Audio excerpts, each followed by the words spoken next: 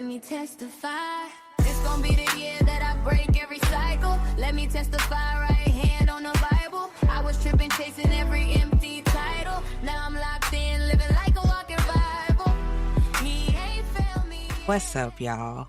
Before we move into season 2 of the YesWork podcast, I really just wanted to come on here and share what's been sitting heavy on me spiritually these last couple of weeks. This is Dr. Blaire, one of your hosts for the YesWork podcast.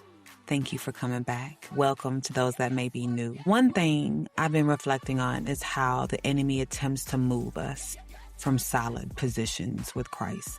And it's not just to distract us or frustrate us. It is actually to move us out of alignment, out of confidence, out of clarity and purpose, and out of hope. It's important for people to understand that the enemy does not heavily target people that are flowing with dysfunction, with avoidance, with emotional bondage, with fear, with silence, with bitterness or stagnation. He targets the disruptors. He targets the people that are messing with the cycles, disrupting darkness, dysfunction, disrupting unhealthy patterns in your families, your relationships, your church, your workplace, your communities. When you start growing, when you start healing, when you start becoming more obedient, when you start becoming spiritually aware, pressure is going to increase. And a lot of people mistake pressure as failure, especially spiritual pressure, when sometimes it's confirmation that your life is becoming disruptive to the enemy. What I keep hearing in my spirit is this instruction to stand. When things are feeling chaotic, uncertain,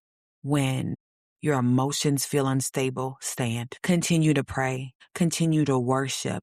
Seek God, continue doing what you know God has called you to do. I think some of us have to increase our spiritual discipline in this season. If you've been praying for 15 minutes, up that thing to 30, maybe even an hour. Less scrolling, more silence, less noise, more intentional connection with God. Spiritual pressure requires spiritual reinforcement.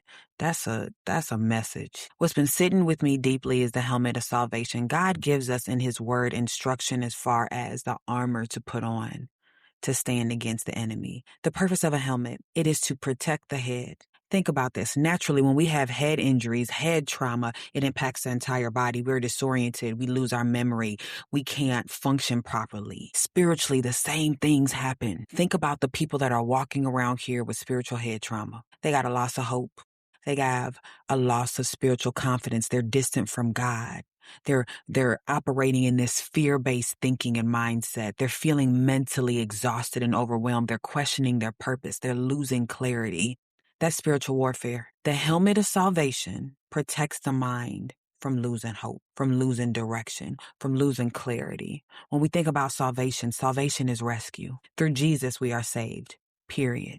We are also actively being saved. We're being sanctified. That means that God is continually removing darkness. He's continually healing us, refining us, transforming us. And one day we will be fully perfected in him. So we are already saved. We're actively being saved, and we will be saved.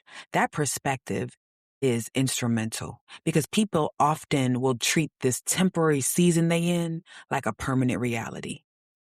Oh, I'm going to say it again. You are treating your temporary season like a permanent reality. We start thinking, this is just how my life is. This pain ain't never going to end. It's never going to shift. I'll never change. People don't change. Things will always feel this heavy. Salvation reminds us that God is always working towards redemption, transformation, restoration. He is always constantly healing us.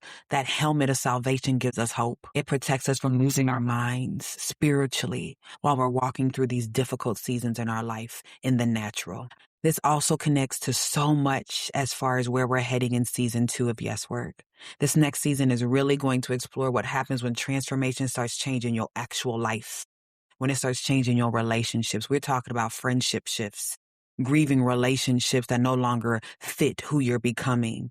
We're talking about community and emotional isolation, discernment. We getting up in there with marriage again, getting up close and personal.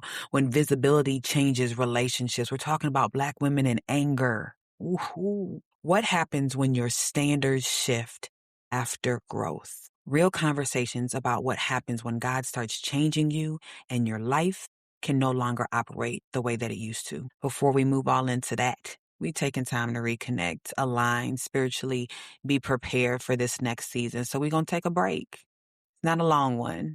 We'll see y'all in June. But during this time, I really want to encourage you all to continue doing the work. Go back, revisit episodes that you may have skipped. Sit with conversations that challenge you. Pray intentionally. Protect your mind intentionally.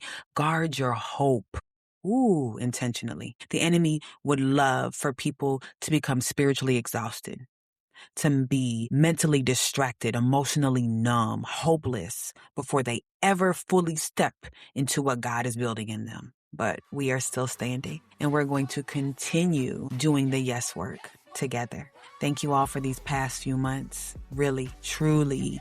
Thank you, thank you, thank you. We love this work. We love y'all, and we'll see you soon for season 2 of Yes Work.